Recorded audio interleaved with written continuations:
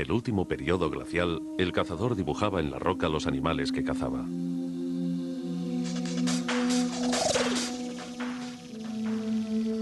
Hace 5000 años, en el antiguo Egipto, el escriba esculpía jeroglíficos en la piedra.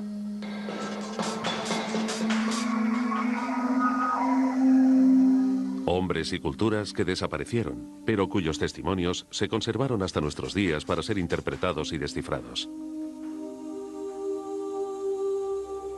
Grabados y testimonios que cuentan de la vida de nuestros antepasados.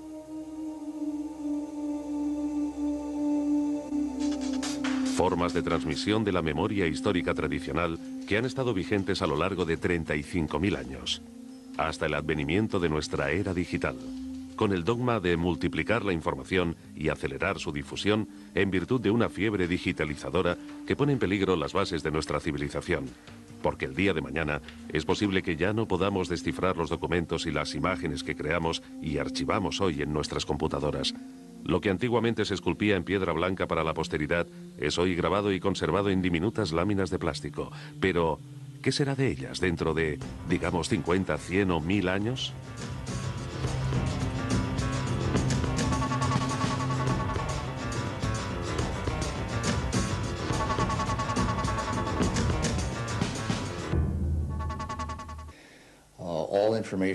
Toda información es compilada y guardada en soportes digitales, archivos tan variados y de tan rápida transformación que a largo plazo será imposible conservarlos.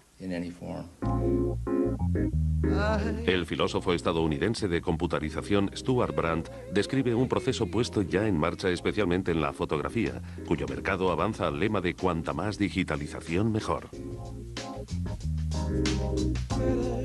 El 2001 fue el año en que se vendieron en todo el mundo más cámaras digitales que convencionales. Cámaras digitales cuyas instantáneas no son sino píxeles grabados en un chip de plástico acoplado a un sistema informático. ¿Qué será de esa información en píxeles dentro de 20 años? ¿Podremos utilizarla todavía?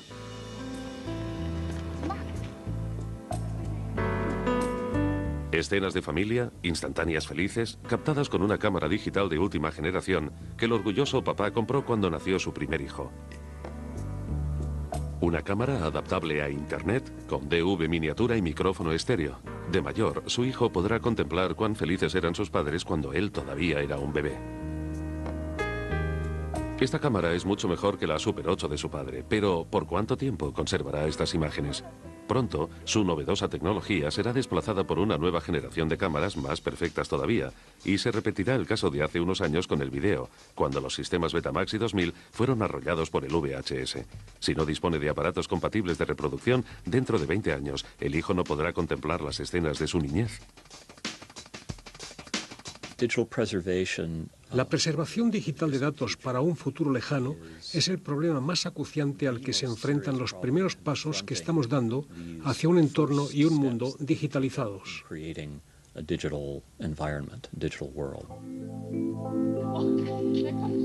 Un hecho en el que no piensa este padre de familia. Es más, él está tan feliz y contento con su técnica digital. Además, con la ayuda de un software de montaje, se ha convertido en perfecto director y montador de sus propias películas. Rápidamente supo crear un film infantil que le hará acreedor de la admiración de sus familiares y vecinos. Pero, ¿qué hará para conservar sus películas a largo plazo? ¿Qué pasará cuando sobrevenga la próxima generación tecnológica ofreciendo un nuevo sistema de cámaras? Porque lo que este padre ve en el monitor es una mera traducción técnica, reflejo en imágenes de lo que chip y electrónica están haciendo en los entresijos de la computadora. Chips y electrónica trabajando con elementales flujos de ceros y unos y que siguen códigos cuyas misteriosas claves desconocemos. En un procesador de datos, el párrafo más ingenioso e inteligente se convierte en mera sucesión de impulsos eléctricos, inconexos sin el programa que los creó.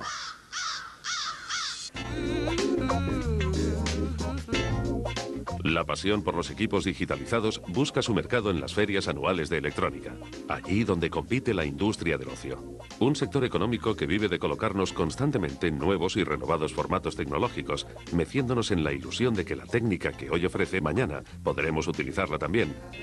Y sin embargo, la industria tiene ya los planes para la siguiente generación tecnológica en los cajones de sus centros de investigación y desarrollo.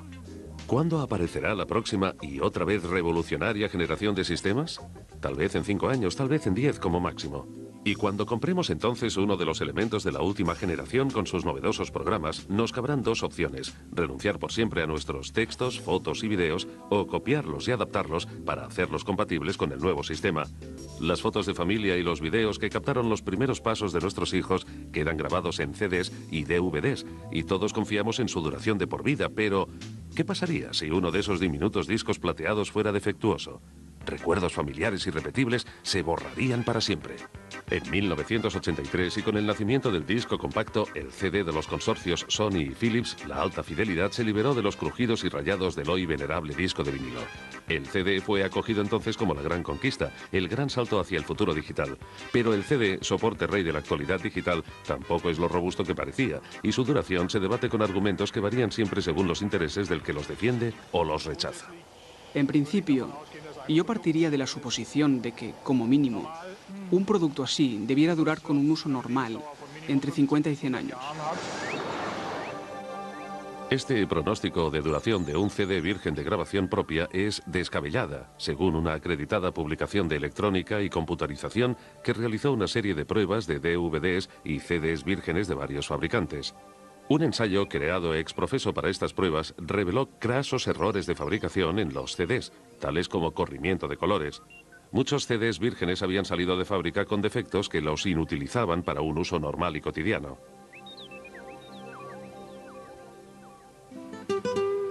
En suma, se duda de que los prácticos discos plateados que tanto veneramos sean un soporte seguro de información para el futuro digital. Sabido es lo altamente sensibles que reaccionan los CDs a los rayos ultravioleta o al calor solar. Pero es que ahora, en España, concretamente en el Museo de Historia Natural de Madrid, se ha comprobado cómo el film plástico que recubre los CDs es un manjar favorito del vulgar hongo del moho. Javier García Guinea ha reunido una selecta colección de CDs musicales carcomidos por el fungus Geotricum, el moho vulgar, cuyas esporas danzan por todo el mundo. Aquí tenemos un CD tailandés de Bangkok. Se aprecia claramente el típico ataque de moho en un ambiente isotrópico. El film de protección ha sido destruido. La luz polarizada revela las huellas dejadas por la voracidad del hongo del moho, presente en el pan o el yogur de casi toda cocina. Para poder multiplicarse, el moho necesita de un clima tropical de 30 grados de temperatura y de altos niveles de humedad. Sin embargo, al buscar por internet nuevos ejemplos de CDs atacados por el moho, Javier García Guinea los encontró incluso en la templada Alemania, concretamente en el lago de Constanza. Este es un CDR en el que se puede copiar varias veces. Procede de Alemania y la destrucción por moho ha sido total.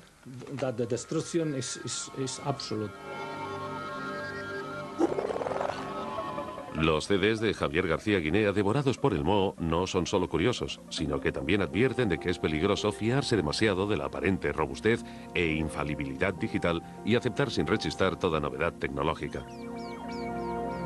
En la bahía de San Francisco, el filósofo Stuart Brandt, uno de los padres de Internet, exhorta a analizar críticamente los medios digitales, al tiempo que critica con acritud la acelerada velocidad con que, al margen de todo control, se nos quiere imponer las nuevas tecnologías.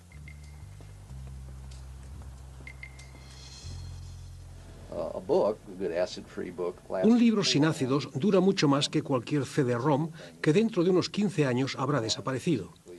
Y no es nada seguro que entonces pueda ser abierto.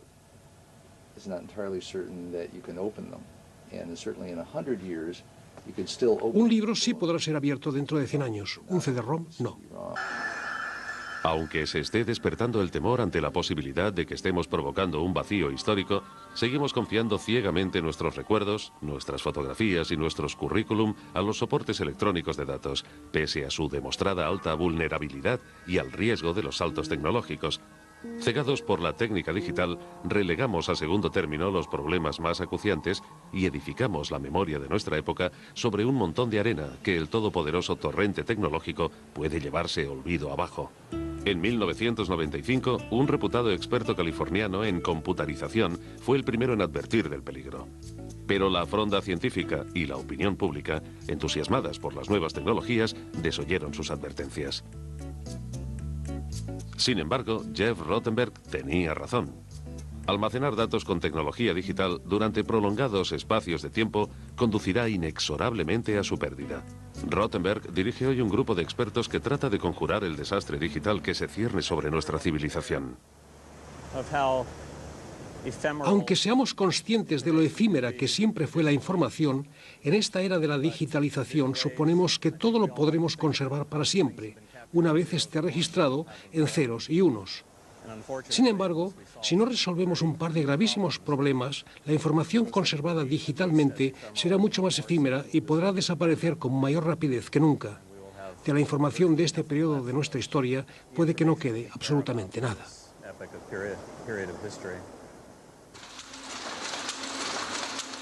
La evolución de la informática y de los bancos de datos comenzó en Estados Unidos en 1880, cuando la celebración de un censo arrojó una montaña tan colosal de información que se hubiera tardado 10 años en elaborarla y valorarla.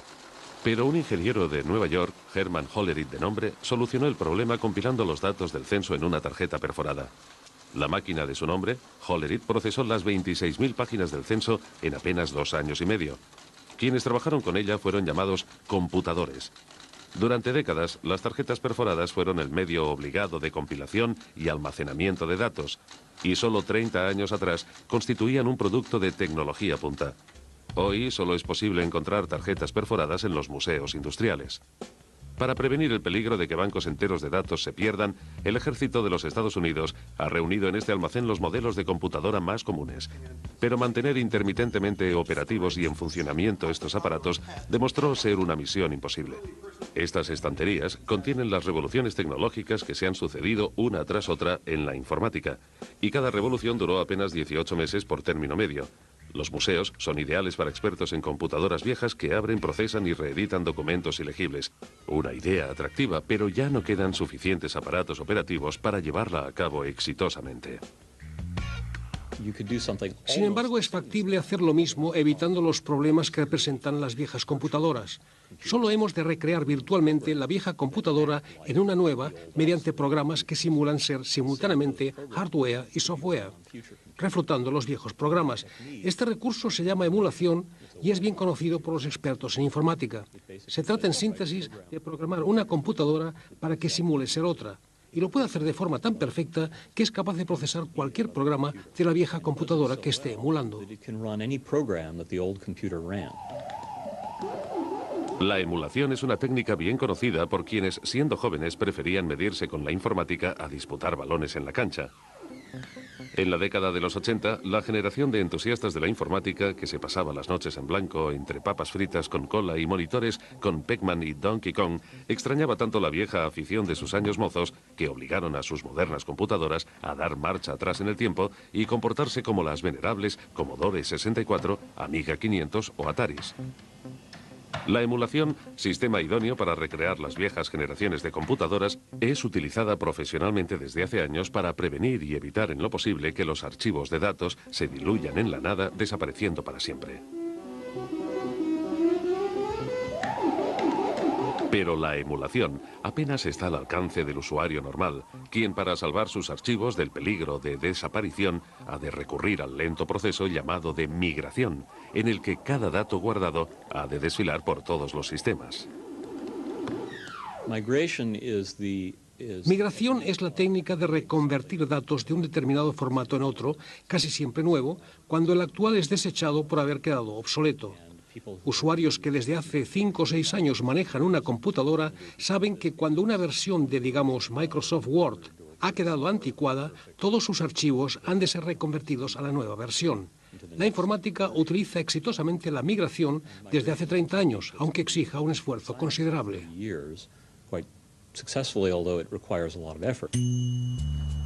La explosión tecnológica de las últimas décadas surgió en el entorno de San Francisco con un ímpetu y a una velocidad que algunos consideran exagerados. Por ejemplo, el grupo de ingenieros de computarización e Internet, The Long Now Foundation, o traducido libremente, Fundación de Prolongación del Ahora.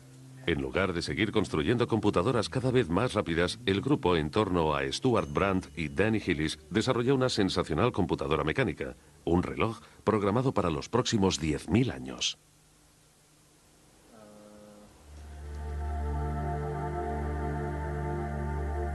En una sierra al norte de Las Vegas se instalará en torno al reloj un archivo para la eternidad.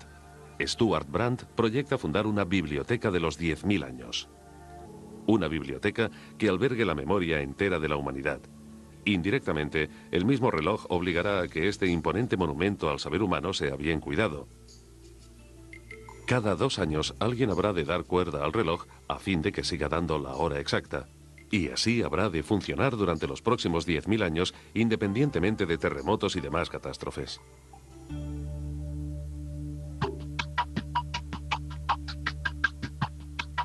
¿Qué sucederá cuando nuestras ciudades hayan desaparecido y seamos nosotros los que incorporemos la antigüedad? ¿Qué quedará entonces de nuestra época que tan protegida creemos por el software? Porque ya ahora están desapareciendo en un agujero tecnológico archivos enteros de datos introducidos en computadoras de la década de los 70. Lo que se pierde es el sentido, el código, los ceros y los unos que combinados interpretan lo guardado y convierten nuestros bancos digitales de datos en un tesoro inapreciable. Las dificultades que la ciencia hubo de vencer para descifrar los jeroglíficos del antiguo Egipto dan una idea de los problemas que seguramente habrán de afrontar generaciones venideras para descifrar nuestros bancos de datos digitalizados. Una simple ojeada a la historia. Al finalizar el siglo XVIII, un oficial francés hizo un sensacional descubrimiento.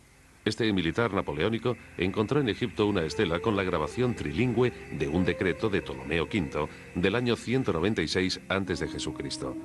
Además de los jeroglíficos egipcios, que nadie a la sazón podía descifrar, el texto estaba escrito en caracteres griegos, que fueron traducidos sin mayor dificultad, revelándose que los textos de la estela eran idénticos en sus 3 diferentes alfabetos: hierático, demótico y griego.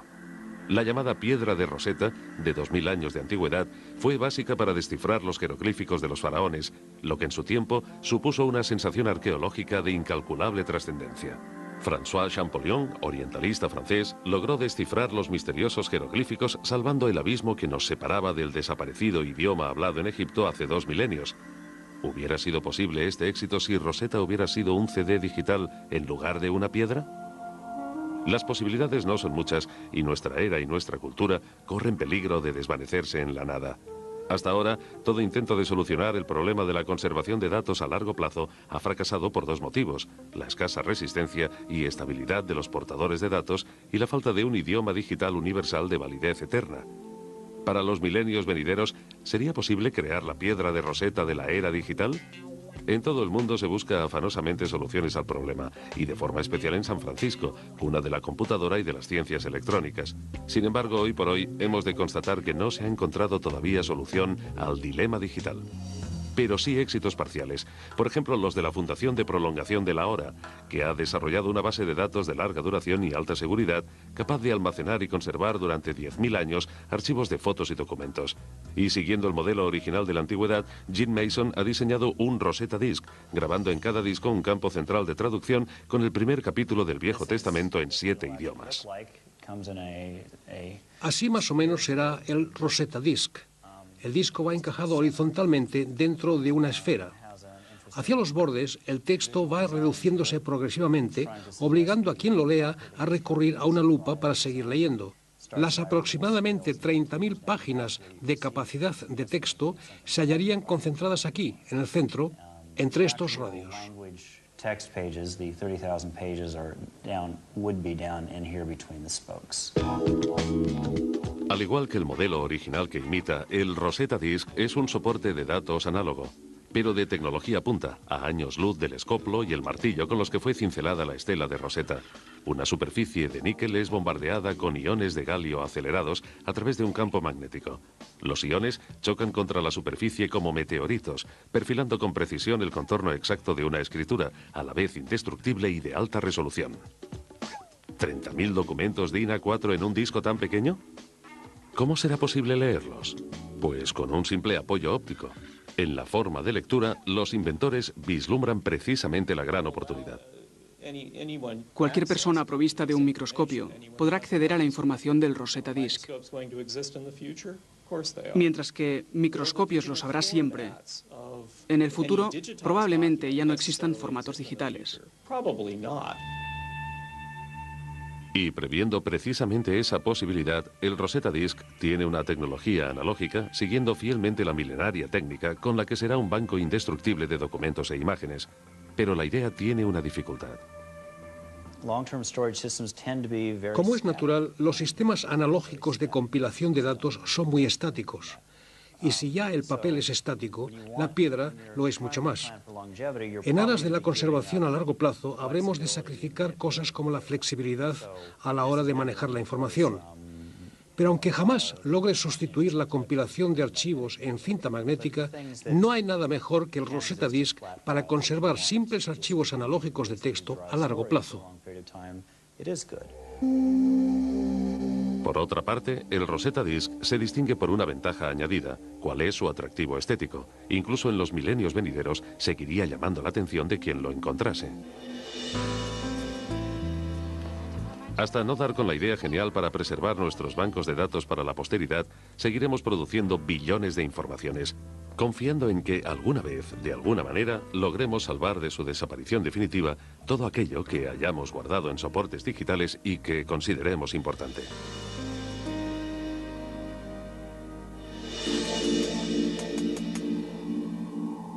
Si realmente el problema tiene solución, Alemania se ha aproximado mucho a ella.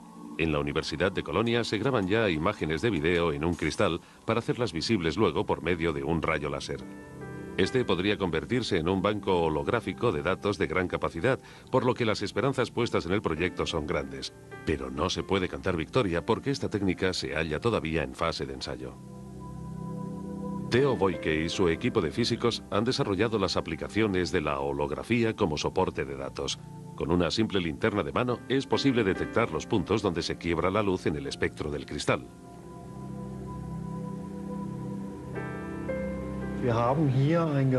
Aquí hemos realizado y construido un aparato para escribir informaciones que contengan gran cantidad de datos. La característica más acusada del aparato es que con toda garantía los datos pueden ser conservados y preservados a lo largo de todo un siglo.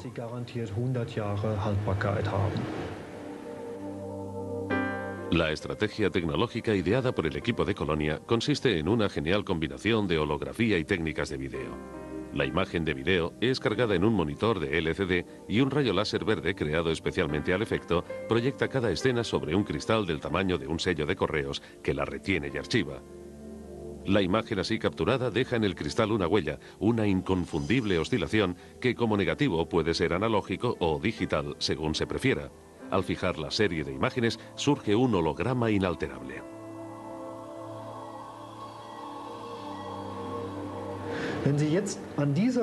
Si alumbramos este punto con un rayo láser, podremos reconstruir lo escrito, pero no destruirlo o borrarlo. Mientras la información cargada puede ser recuperada en cualquier momento, su pérdida o destrucción es imposible.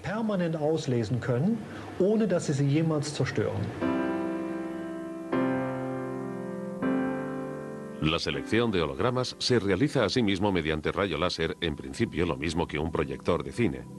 En el cristal, del tamaño de una uña de dedo pulgar, caben 400 gigabytes y ya se está probando con cristales de mayor capacidad que en un futuro próximo permitirán almacenar programas digitalizados de gran envergadura, esto es, en ceros y unos, incluyendo en los archivos las instrucciones de uso en alemán e inglés. Y la información será tan legible como en un libro tradicional, al margen de que los archivos garanticen una duración activa de 100 años. Bueno, entre tanto, la comunidad científica comparte la opinión de que esta garantía de un siglo es demasiado conservadora. Nuestros cálculos teóricos oscilan entre los 1000 y los 3000 años de conservación. Sin embargo, los científicos que tan febrilmente como en secreto buscan la solución al problema de la conservación de datos a largo plazo, saben que nadie ha encontrado todavía la piedra filosofal.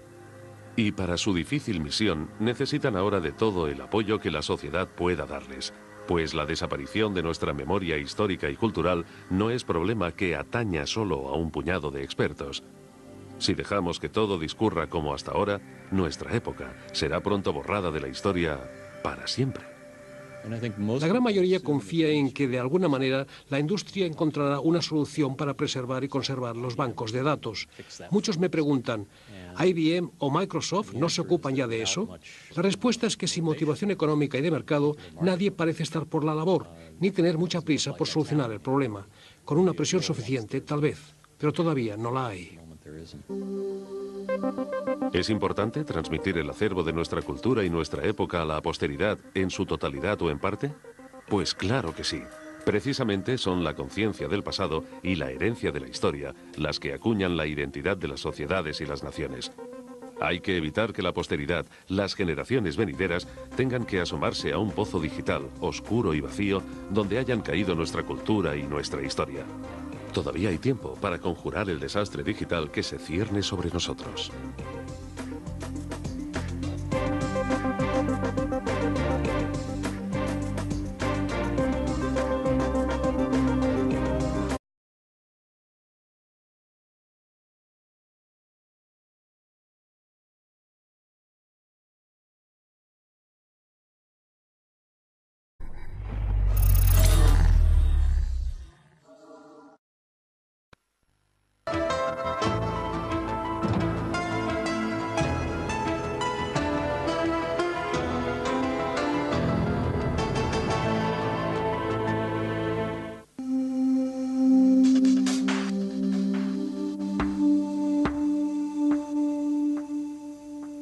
En el último periodo glacial, el cazador dibujaba en la roca los animales que cazaba.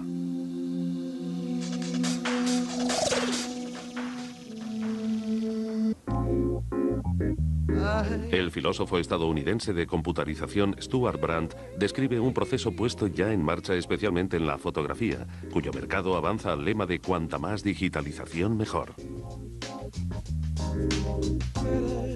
El 2001 fue el año en que se vendieron en todo el mundo más cámaras digitales que convencionales. Cámaras digitales cuyas instantáneas no son sino píxeles grabados en un chip de plástico acoplado a un sistema informático. ¿Qué será de esa información en píxeles dentro de 20 años? ¿Podremos utilizarla todavía?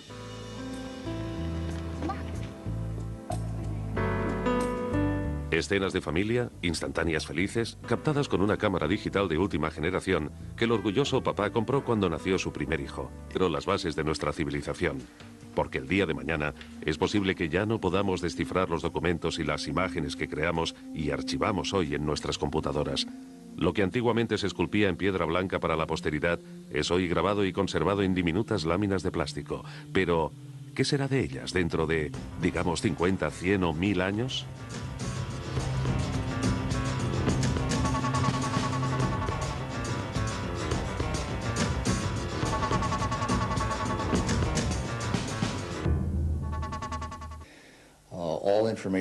Toda información es compilada y guardada en soportes digitales. Archivos tan variados y de tan rápida transformación que a largo plazo será imposible conservarlos. Una cámara adaptable a Internet, con DV miniatura y micrófono estéreo. De mayor, su hijo podrá contemplar cuán felices eran sus padres cuando él todavía era un bebé. Esta cámara es mucho mejor que la Super 8 de su padre, pero ¿por cuánto tiempo conservará estas imágenes?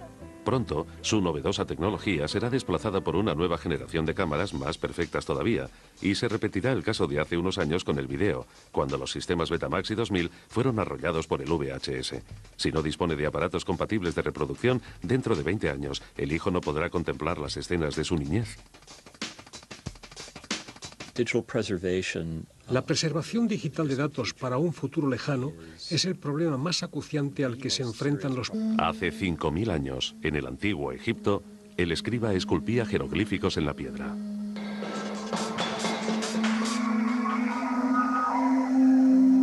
Hombres y culturas que desaparecieron, pero cuyos testimonios se conservaron hasta nuestros días para ser interpretados y descifrados.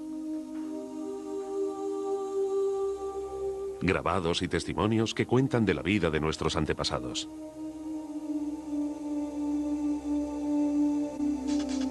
Formas de transmisión de la memoria histórica tradicional que han estado vigentes a lo largo de 35.000 años, hasta el advenimiento de nuestra era digital, con el dogma de multiplicar la información y acelerar su difusión en virtud de una fiebre digitalizadora que pone en peligro